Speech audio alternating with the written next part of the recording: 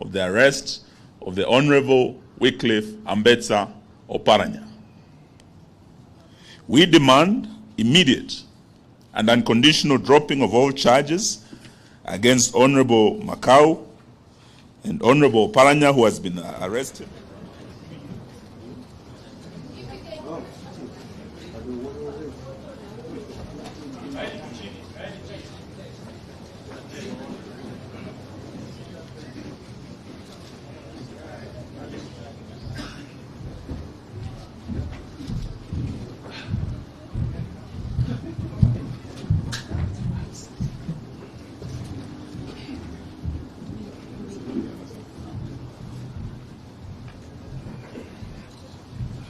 Hello? Are you ready? Huh?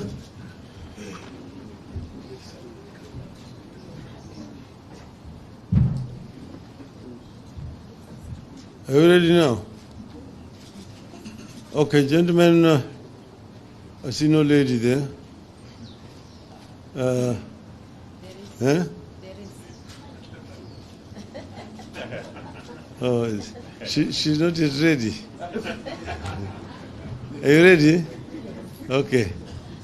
We have a statement that is going to be read on our behalf by Honorable Eugene Wamalwa. Karibu.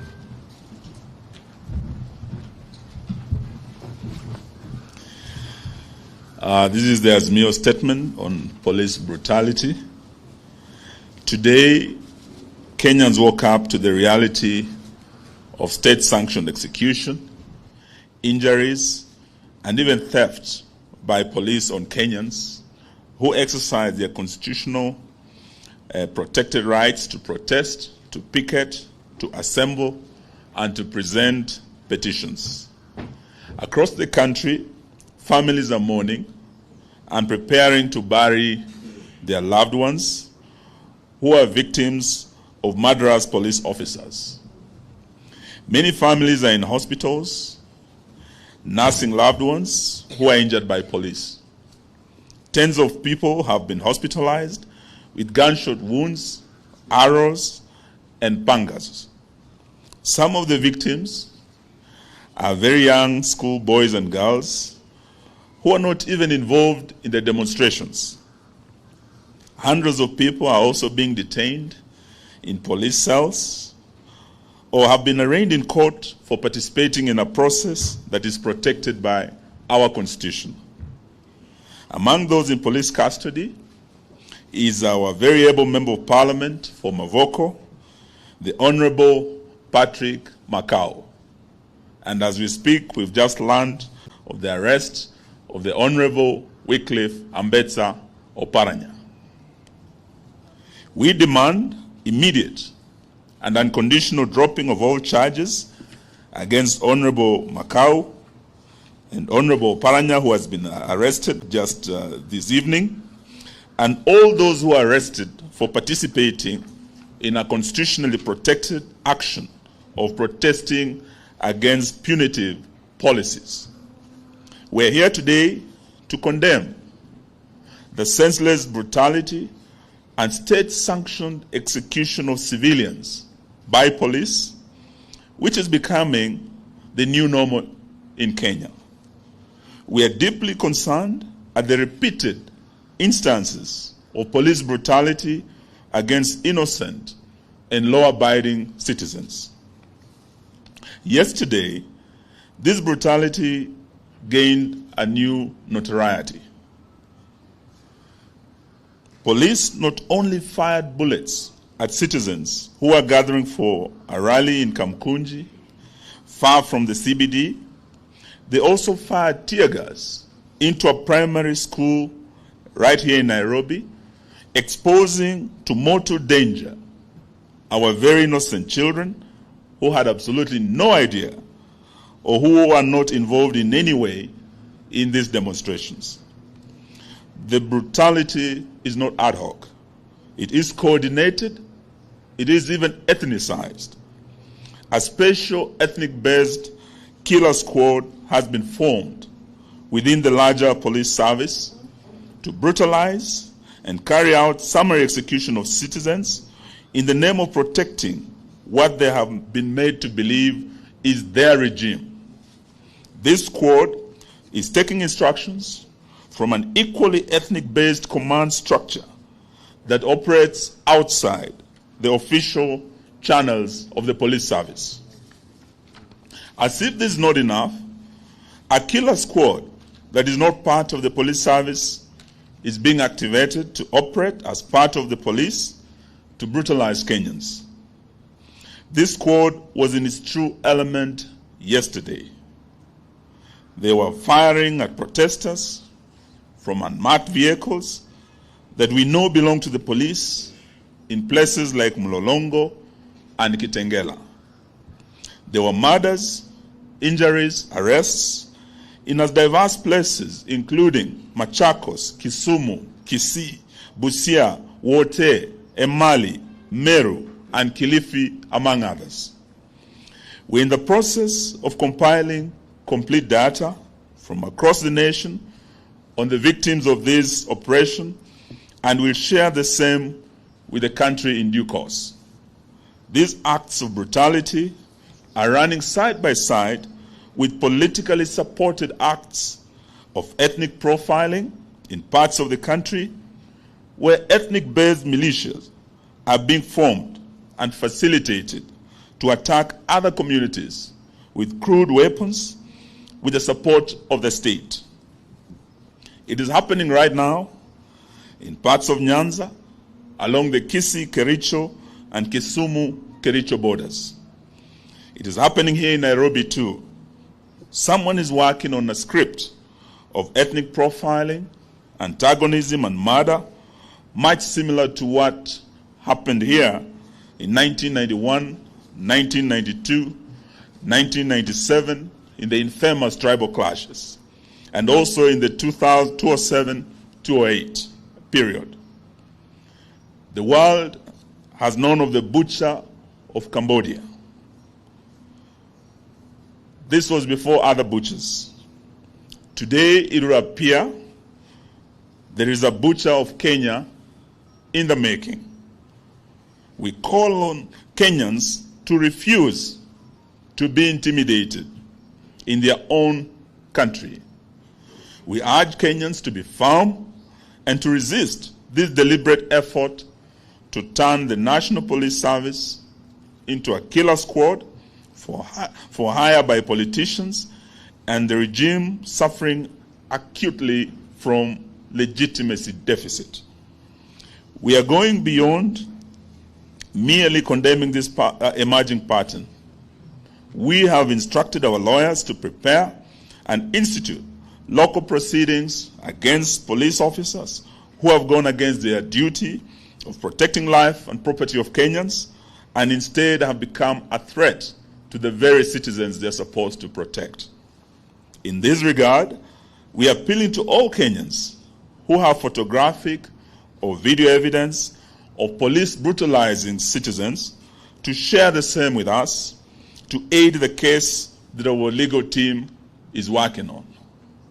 Going forward, we appeal to Kenyans to resort to citizen journalism and photograph and film state officers, including police and politicians who in the course of duty abuse and brutalize their fellow citizens. Because the regime has decided to turn all institutions of the state against the citizens, we have no option but to act to protect ourselves. We are going for individual responsibility and culpability against individual officers. We are also going for individual culpability against police commanders whom we have reason to believe know or ought to know about the illegal actions of their officers under their command. We stand in solidarity with victims of this police brutality and their families. We will be visiting from tomorrow, and we will offer support to offset costs and help lessen the burden on the families. We have made a decision to observe 5 days of mourning in solidarity with the victims and their families, during which we'll try our level best to mobilize support to help lessen the burden on the families of the victims. But we are not giving up in our quest to force William Ruto to lower the cost of living, to commit the audit of the 2022 elections, to bipartisan reconstitution of the IEBC, and respect for political parties, including the Jubilee Party. And this afternoon we are pleased to learn of the High Court intervention where orders have been issued, and the legitimate Secretary General of Jubilee, the Honorable Jeremiah Kioni, is here with us. We'll give him a minute to share the good news with us. Consequently, we announce that our protests will resume on Wednesday, 19th July 2023. In the meantime, we proceed with the collection of signatures against Ruto on both digital and manual platforms. We notice the Communication Authority has joined the war against Kenyans by trying to cripple our digital signature collection platform. But we will fight and soldier on while we put CA on notice. We know that the KK regime has panicked and they are trying to block this process. There is no looking back. There is no turning back. We see you on Wednesday. Honorable Jeremiah Kioni, please deliver the good news on Jubilee. Thank you. Thank you, Honorable Omarwa. As you are aware, or all of you are aware, during or early this week, we were treated to some drama within the political parties' dispute tribunal. Decisions that they arrived at were fairly funny. We had a majority of 4 agreeing with some allegations that were put before them, and a minority of 3. But 3 things I want to say. One, that in the history of the tribunal, we have not seen a split decision. This was the first time that we had a decision of 3 or 4 versus 3. And it was also, the dissenting team also had an opportunity of presenting their case. But that notwithstanding, we moved to the High Court this morning. And I'm pleased to inform you and all members of Jubilee and Azimio fraternity as a whole that we were granted orders by the High Court this afternoon. And the orders are to the effect that everything that was done at the tribunal has been stayed. The officials of the party remain as was gazetted on the 22nd of March 2022, and that even the special gazette notice that purported to call, or let me just mention number 9131 of 2023 has also been stayed, and will be in court together on the 26th of July this year. So this is useful to know that within our system we still have parts of the judiciary that is judicious, and this is specifically the High Court.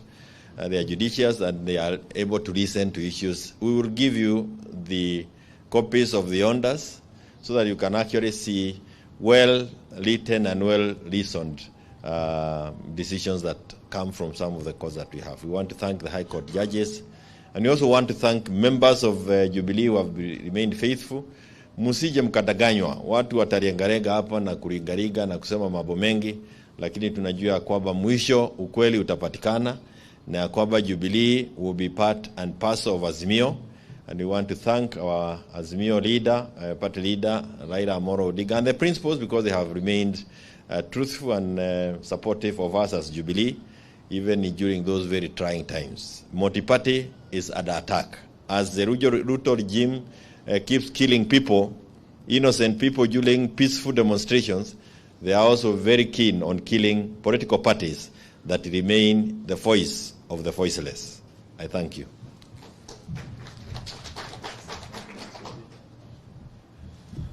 Thank you very much. I think before we conclude, we know that there have been some Kenya Kwanza people mourning louder than the bereaved. From yesterday, they've been issuing very strong statements saying Raila Odinga is killing Kenyans or is celebrating the killing of Kenyans. But Raila Odinga has been fighting for Kenyans. Those who have killed innocent Kenyans that we said in our statements are Ruto's officers. They're officers armed with ammunition and guns. Gunshot wounds are the cause of death that we have seen in many of the parts of this country. And we want to invite our leader to come and speak to the nation. Karibu Mheshimiwa.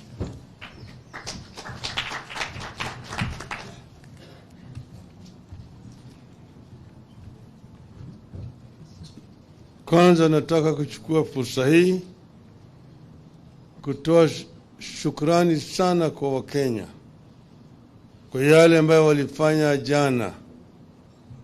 Wakenya walijitokeza katika pembe zote za nchi yetu. Wazee, vijana, wakina mama, wote walijitokeza kuonyesha kutokuwa na imani yao na serikali dhalimu ambayo inawanyanyasa. Na vile sisi tuliwaagiza, Wakenya walijitokeza kwa njia ya amani. Hakukuwa na fujo. Kila mahali walipojitokeza walikuwa wanaimba, wakitembea vile imekubalika katika sheria zetu. Wakenya wana haki na uhuru ya kufanya maandamano, ya kukutana pamoja na vile vile kupeleka kumbukumbu. Lakini tunasikitisha sana na vitendo ya serikali hii kupitia kwa polisi yao. Tuliona polisi jambazi ambayo walikuwa maamrishwa kujitokeza kama maadui ya Wakenya. Wakaanza kupigana na Wakenya kwa njia ya kijambazi. Wengi ya Wakenya wamepata majeraha. Wengine wamefariki kupitia kwa risasi ambayo walipigwa nayo na polisi. Sisi tulikuwa tumeitisha mkutano Kamkunji.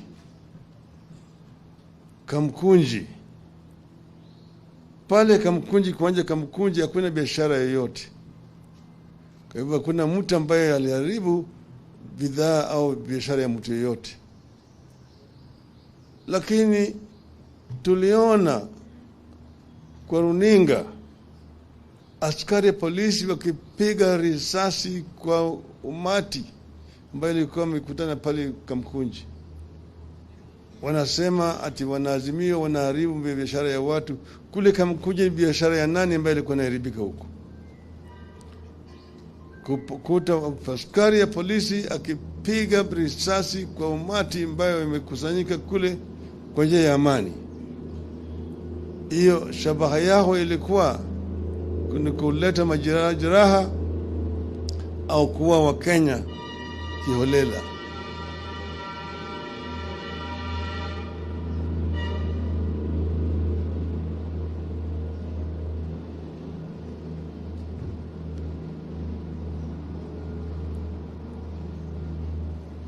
Kule upande wa Machakos, Wakenya wengi walipigwa na polisi, wengine wafariki, wengine wamelazwa hospitali huko Machakos, wengine hapo Mlolongo kapigwa. Upande ile ya Meru na Embu walikuwa wanafukuza watu wetu na wakitupa ile gasi ya machozi.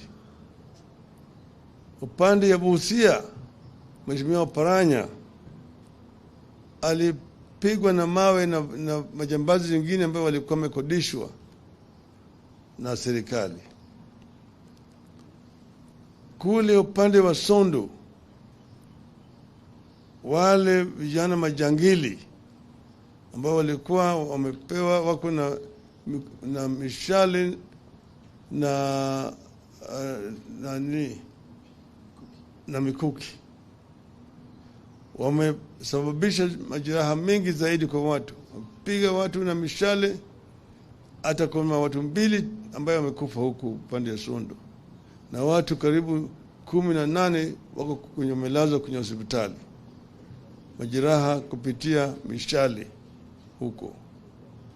Tunaona mwanzo ya yale bila ya kijambazi ambayo inaitwa ethnic clashes ikirudi, na hiyo inaletwa na hii serikali bandia. Tumeona vitisho mengi zaidi, vile wanavyoongea, unatisha sisi, watu watashikwa, wanataka kuharibu uchumi na kadhalika. Sisi tumesema wazi ya kwamba sisi tutafanya kila kitu kutumia sheria. Hakuna maovu tumefanya, na wakiona kama wanasema tumefanya maovu, tumekiuka sheria, tuko tayari kushikwa na kupelekwa mahakamani. Hakuna mtu Kenya hii ambaye yuko juu ya sheria. Lakini hata Bwana Ruto yenyewe ajue ya kwamba yeye vile vile sio juu ya sheria. Anatisha watu kusema ngoja mtaona. Kama unataka kuua sisi, sema tata wewe vile vile utakufa tu. Hakuna mtu ambaye anagopa kifo. Lakini Wakenya wanatetea haki yao. Wakenya wana hasira kwa sababu ya haki yao ambayo imetishwa, haki yao ambayo imekanyagwa na hii serikali haramu. Sasa leo wameshika Mheshimiwa Makau, sahii wameshika Oparanya, najua kesho watakuja kushika Martha, washike Kalonzo, washike Eugene, washike Wairia, Wajakoya, Ledama, watashika sisi zote hapa Eugene. Lakini baada ya hayo Kalonzo nyingine atatokea, Martha nyingine atatokea, Eugene nyingine atatokea, Wairia. Hii ni kama mto Nile imetoka Jinja inaelekea kule bahari ya Shamu. Ufanye nini huwezi kuzuia kufika huko. Itafika. Mto Nile itafika bahari ya kati. Wapende wasipende.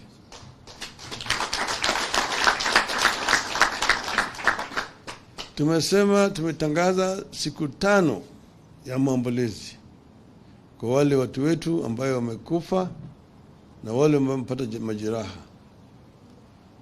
Kwa hivyo siku 5 hizo hakuna chochote kitafanyika. Lakini tumesema Jumatano ijao tena Kenya yote watajumuika. Kutakuwa na kamkunji nyingine Jumatano ijayo. Wapende wasipende. Asanteni sana.